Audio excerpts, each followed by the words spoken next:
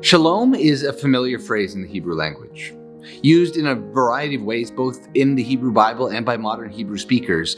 Shalom most commonly gets translated simply as peace. But I don't think that translation goes far enough to really capture the full meaning of the word.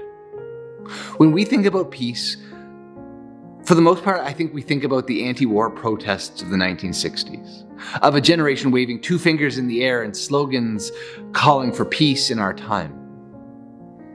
But peace became about the absence of conflict in that world.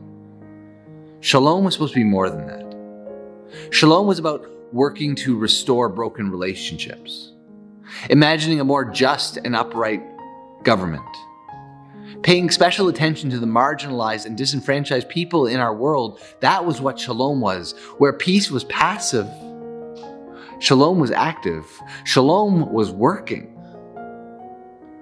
1,000 years before Jesus was born, a prophetic preacher named Isaiah announced that God's chosen one was coming. The Messiah would be called the Prince of Shalom.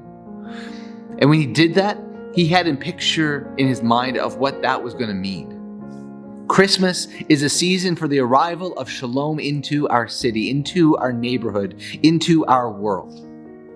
Jesus didn't come to earth to be a great teacher or just another prophet in a long line. He came to fundamentally remake the world around us and show us a new way to be human, a new way to be a society, a new way to live.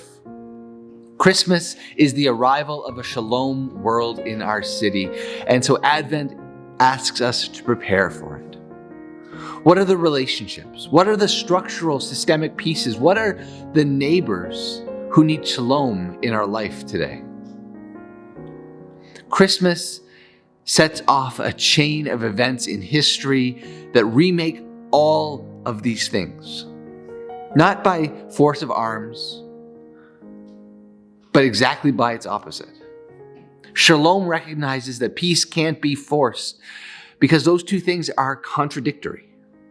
Peace, shalom, is only possible through a willingness to lay down the things that separate us from God. Sin lived out through our will, our ego, our desires, and our attachments. And serving the Prince of Peace as he served us. Christmas every year starts us on a journey that ends with Jesus washing the feet of his friends in an act of pure service and telling them this: "Here is my new commandment. Love others as I have loved you." Then he went on to show them what that love looked like by allowing himself to be tortured and killed in the most brutal way possible so that we might start to live eternal life today. This is the advent of peace. We can't wait to share this good news with you throughout the Christmas season. Everything that we're doing here at Chippawa Presbyterian Church is available on our website, chippawa.church. And for more information on what we're doing throughout the Christmas season, be sure to check out christmasinchippawa.ca.